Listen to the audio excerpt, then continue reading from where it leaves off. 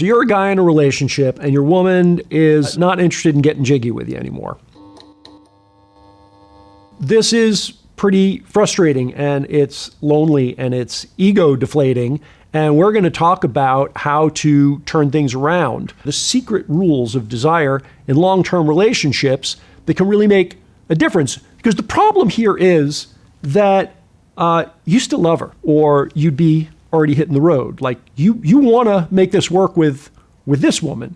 And you might have a lot of reasons for that. Maybe you've got kids and you want to keep the family together. Maybe you still love her and she's not interested in you in the way that you're interested in her in engaging in this physical relationship. And let's just call it what it is. It is heartbreaking, is what it is. It really hurts. It's a kick in the ego. So let's talk about what we can do to fix that. Here are 3 secrets to desire in long-term relationships that have a real shot at turning this around for you if you implement them in your life. Before we get into that, let's just talk about what works and what doesn't, because what doesn't work is part of the problem. There are so many wrong-headed ideas that men are fed out there, and when you engage in doing the wrong thing, it actually makes things worse. And don't take my word for this. Let's just use your own observations about what's going on out there and see if we can have you reach these conclusions on your own.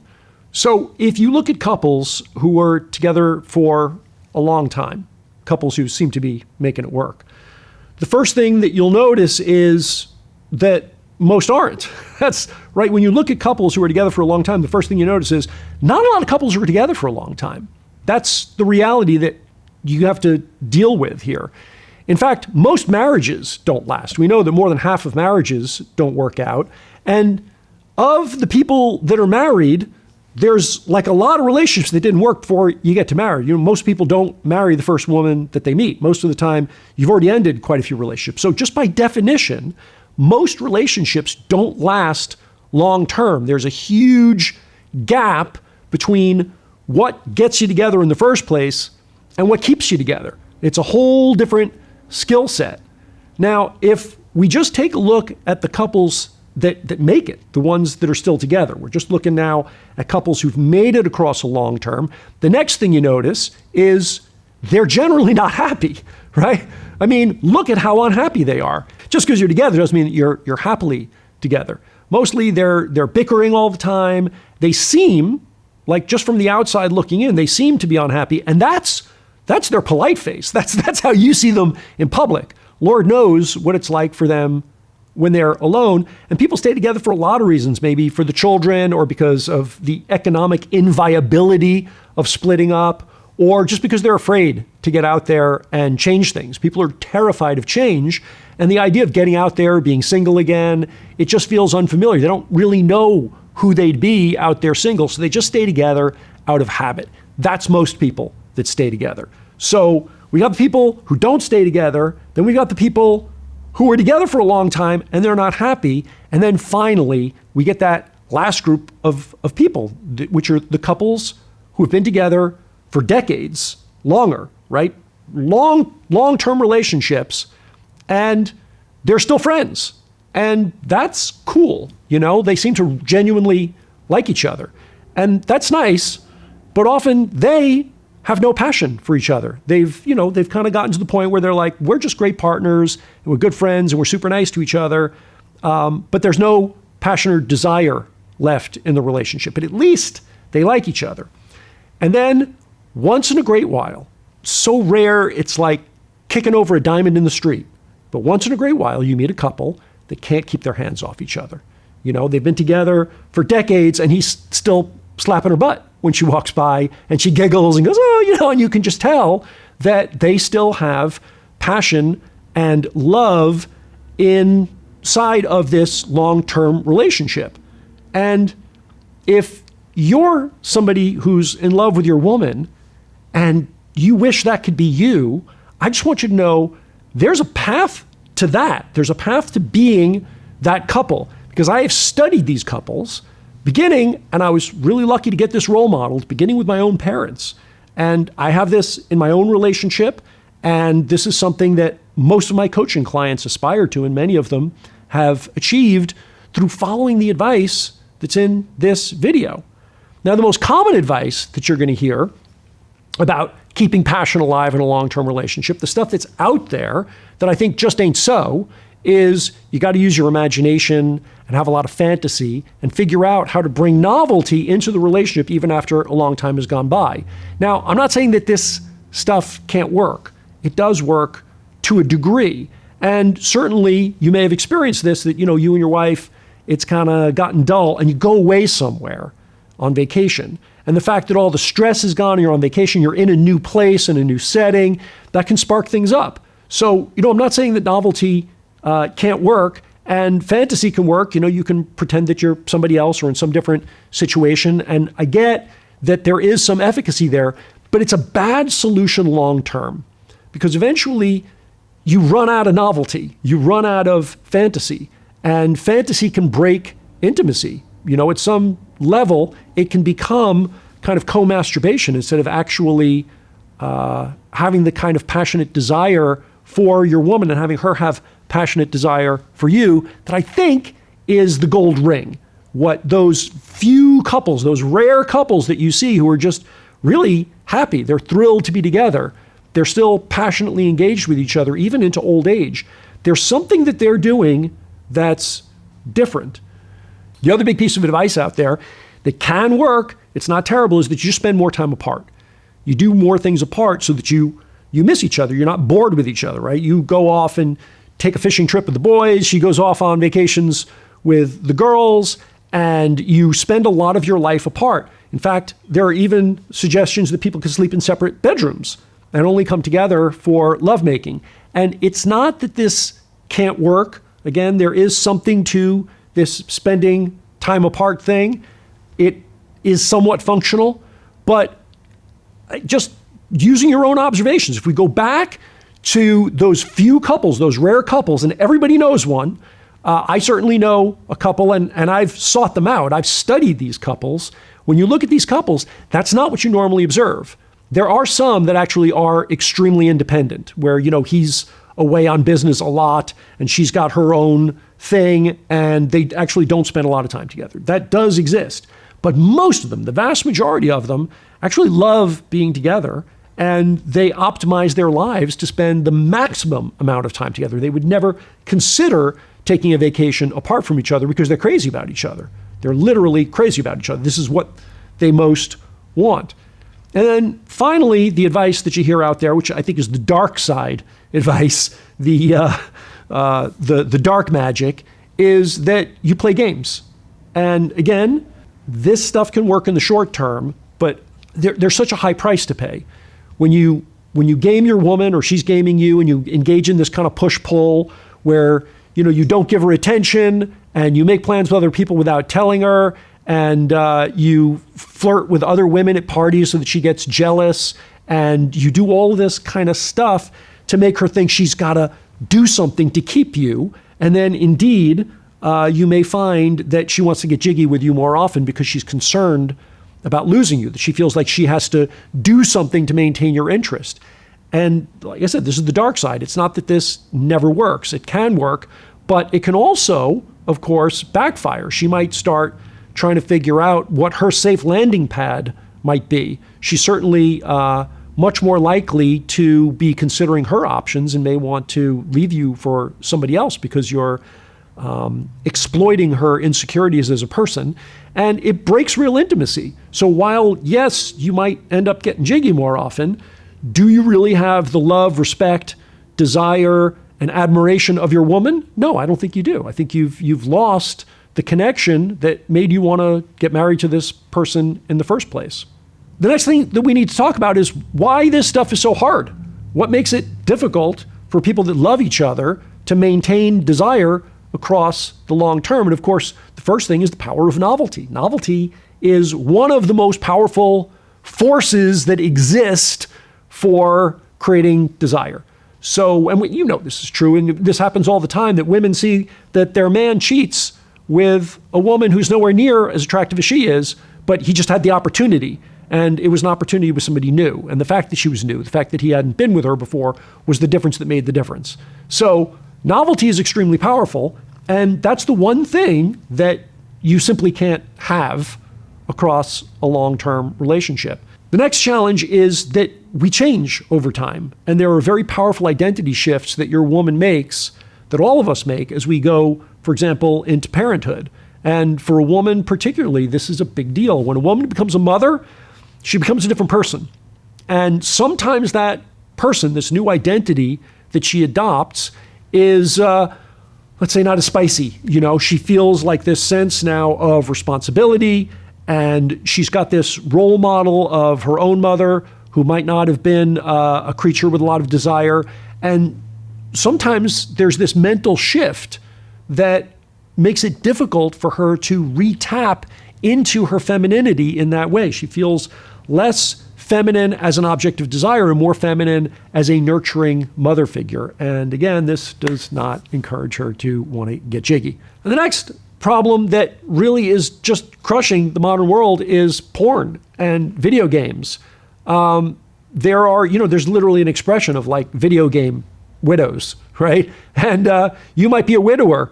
It may not, men, it's more commonly video games. With women, it might be, just Instagram, Facebook, TikTok, and she's always on there, and it's just melting her brain. And she's not spending time with you because when she gets free minute, she's feeding an addiction to screens. And of course, the worst of this is probably porn, because you're actually getting your needs met elsewhere. And I think this is typically more of a thing for the women who come to me and say, my man doesn't want to get jiggy anymore. But of course, it can work in both directions.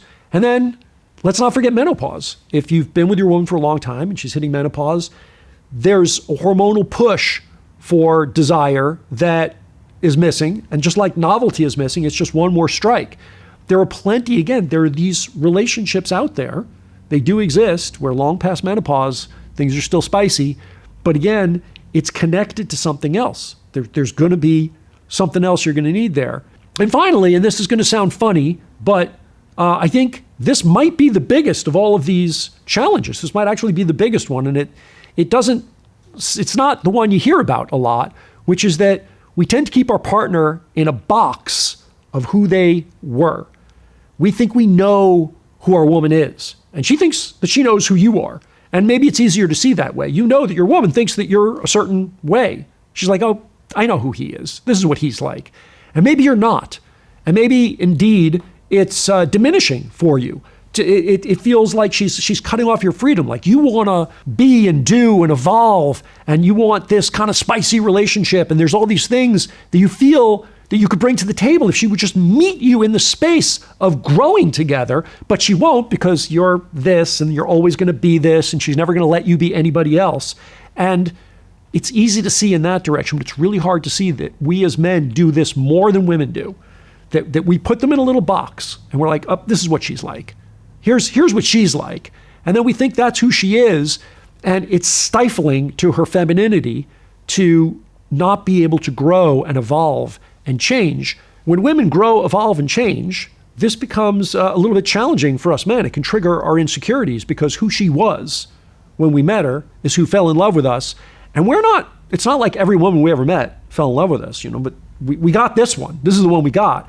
And if she changes and she becomes somebody different, might she then not be interested in who we are? And indeed, she's not getting jiggy with you anymore. That seems to actually be happening.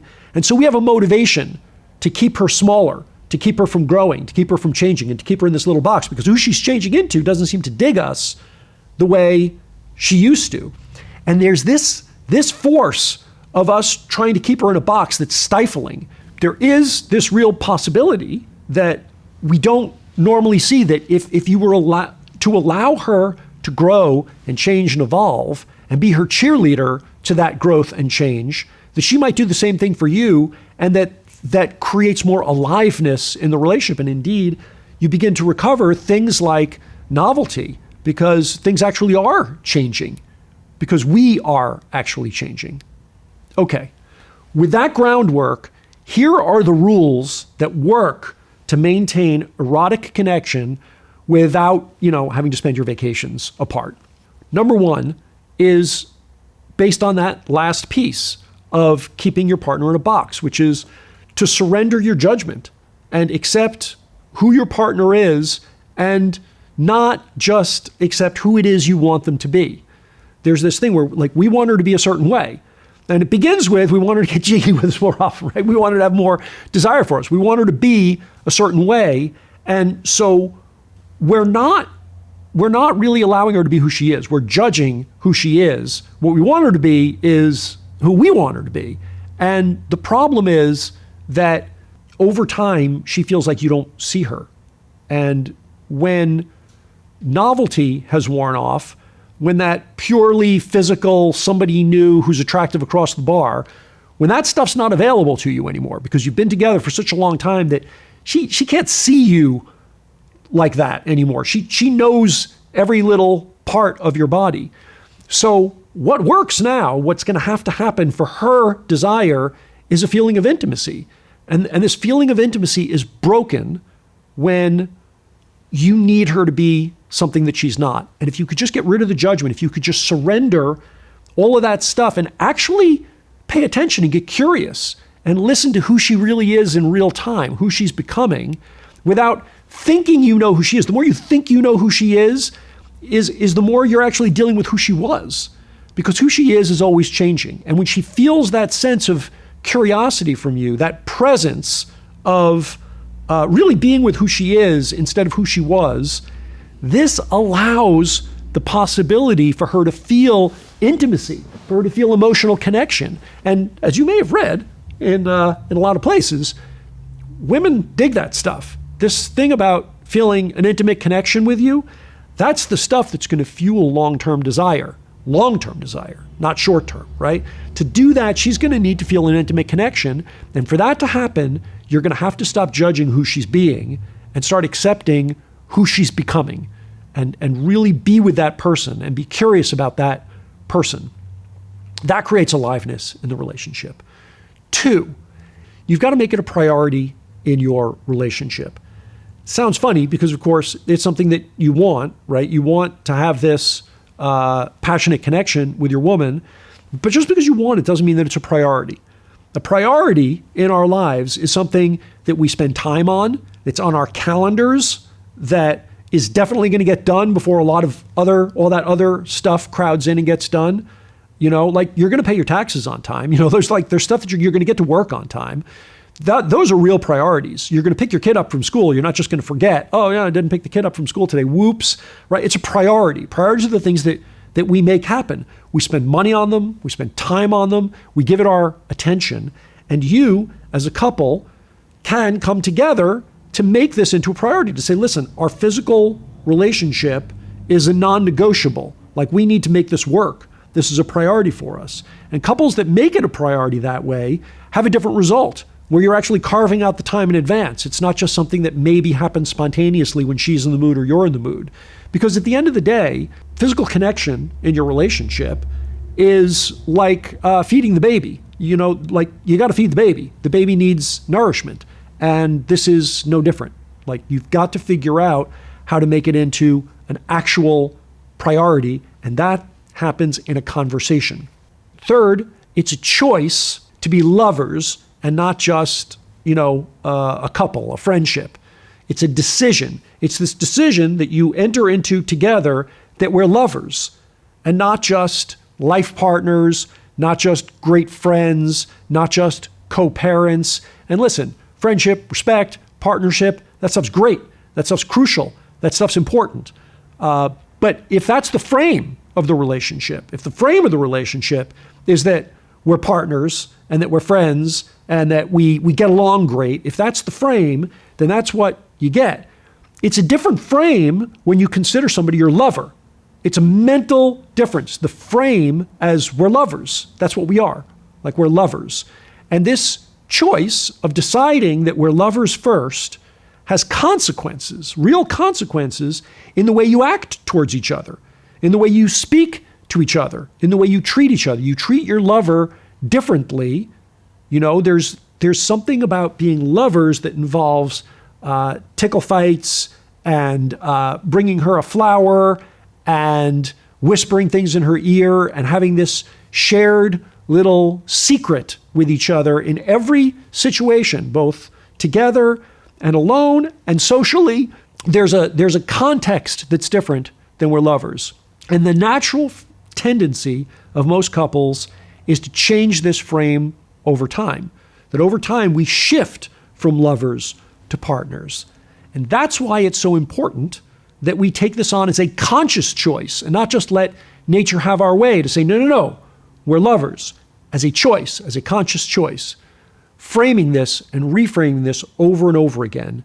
And finally, and this one is the most important of all, fix the blind spots, the places that are in our brain that develop when novelty fades. And we can feel that novelty fading. We can feel that we're kind of moving from lovers towards friendship. When that first begins to happen, insecurities rise and they kick up little hidden issues that we don't look at, that we can't see. They're blind spots. And those hidden issues, especially for men, make us needy and cause us to act in specific ways that actually block her attraction. So it is true that novelty is wearing off. We're not doing it every day anymore. And then psychologically, something happens to us, it raises our insecurities, and then we push something off into a corner, it becomes a blind spot, and we begin behaving in a way we don't even know we're doing. We can't see it. We're behaving in a way that's kind of needy, and that causes us to act in certain ways that actually block your woman from feeling natural attraction for you. And that becomes the biggest problem of all, these blind spots. I call them attraction blockers. And this attraction blocker problem is much harder for me to lay out for you inside of a YouTube video because it's quite different for different men. And I have to go down a lot of different paths to really articulate this. There's 3 principal attraction blockers that I find most of the men that I coach struggle with. And so what I've done is I actually made a free assessment that you can go and click the button and take this assessment, and it'll tell you which of these 3 hidden attraction blockers is your attraction blocker. And this allows you to actually take effective action on this final and maybe most crucial thing. So I hope you'll go over and check out that free assessment, because this can make a huge difference when you see what's actually causing you to do things that are blocking her attraction from you that you're totally unaware of. It's a game changer. And I guarantee you that going through this assessment is going to give you powerful new insights into the way that you interact with your woman. And it's going to give you real leverage for turning things around in a positive direction. And the free report that you're going to receive is full of actionable steps that can turn things around, indeed have turned things around for thousands of men already. Thanks for watching, and I will see you on the other side of the click.